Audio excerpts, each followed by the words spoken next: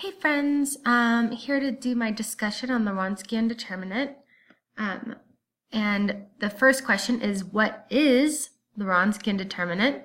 And I've seen it written a couple different ways, but it is the determinant. If we write it, the Wronskian determinant here is equal to a set of functions in this matrix and the set of the derivatives of those functions. Now, if you take the determinant where we have, f of x times g prime of x minus g of x times f prime of x, and that's equal to 0, that means that the functions are dependent.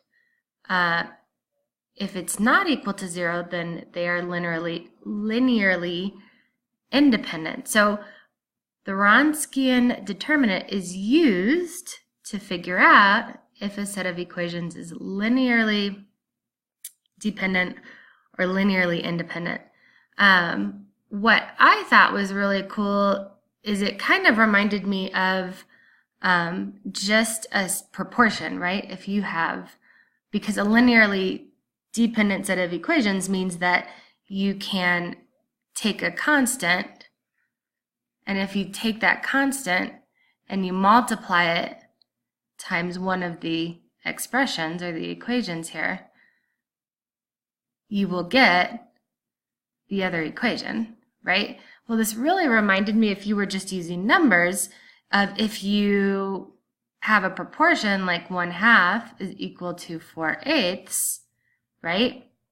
And you cross multiply, 1 times 8 is 8, minus 2 times 4 is 8.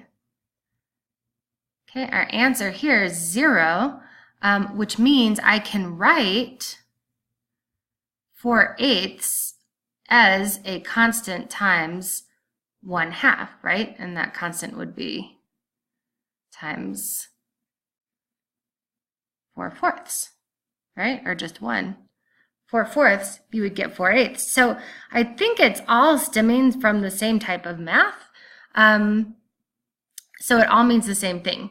So if we move on to doing some practice problems, we can see what this looks like with some actual functions. So I wrote down the matrix to define the determinant. I think this is number 13 from 2.6. And the f of x, or the first function, was 1, and the second function was e to the negative 2x.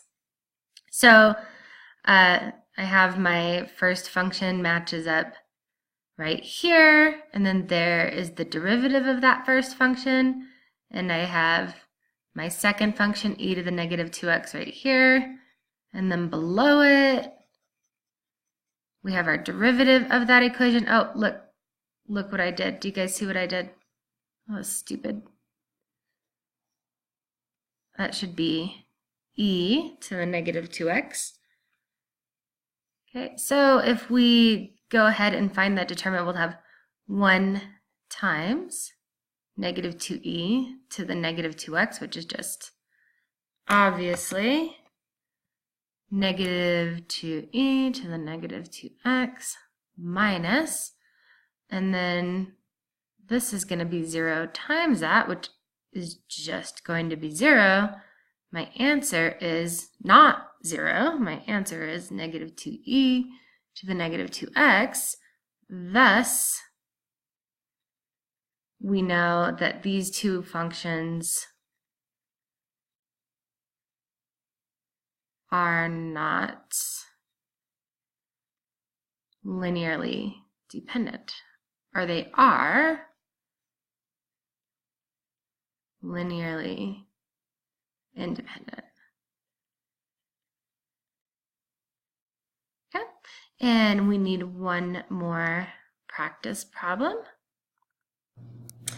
So I think this is number 15. I could be wrong, but f of x equals cosh 1.8x and g of x equals sinh 1.8x. And we want to see if they're dependent or independent, linearly dependent or linearly independent. So let's go ahead and find our Wronskian dependent here. So let's put in the original functions up top. Cosh 1.8x, sinh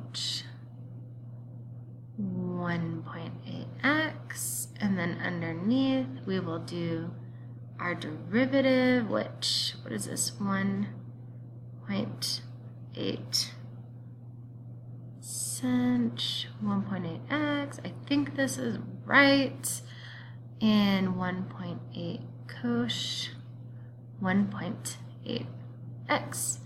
Okay, this may take a little bit of fancy maneuvering though. We're going to multiply here and here. So I have, looks like I have the same, I'm going to go ahead and just do 1.8 times cosh 1.8x. Right? No, that's not right. What did I just do? I'm sorry. I'm so sorry. Squared 1.8x. There we go. Minus, and then the same thing over here, right? 1.8 times sinh squared 1.8x. And then let's factor out a 1.8. And then we just have, and I think this is an identity. If I get this wrong, please let me know. Minus sinh squared 1.8x. So this would just be 1.8 times 1 is 1.8 for that trig identity there is just equal to 1.8, which is not equal to 0. So they are linearly independent. All right. Please let me know what you guys think or if I made any mistakes, and I will take a look at yours. I hope everybody's having a great week, and I will talk to you soon.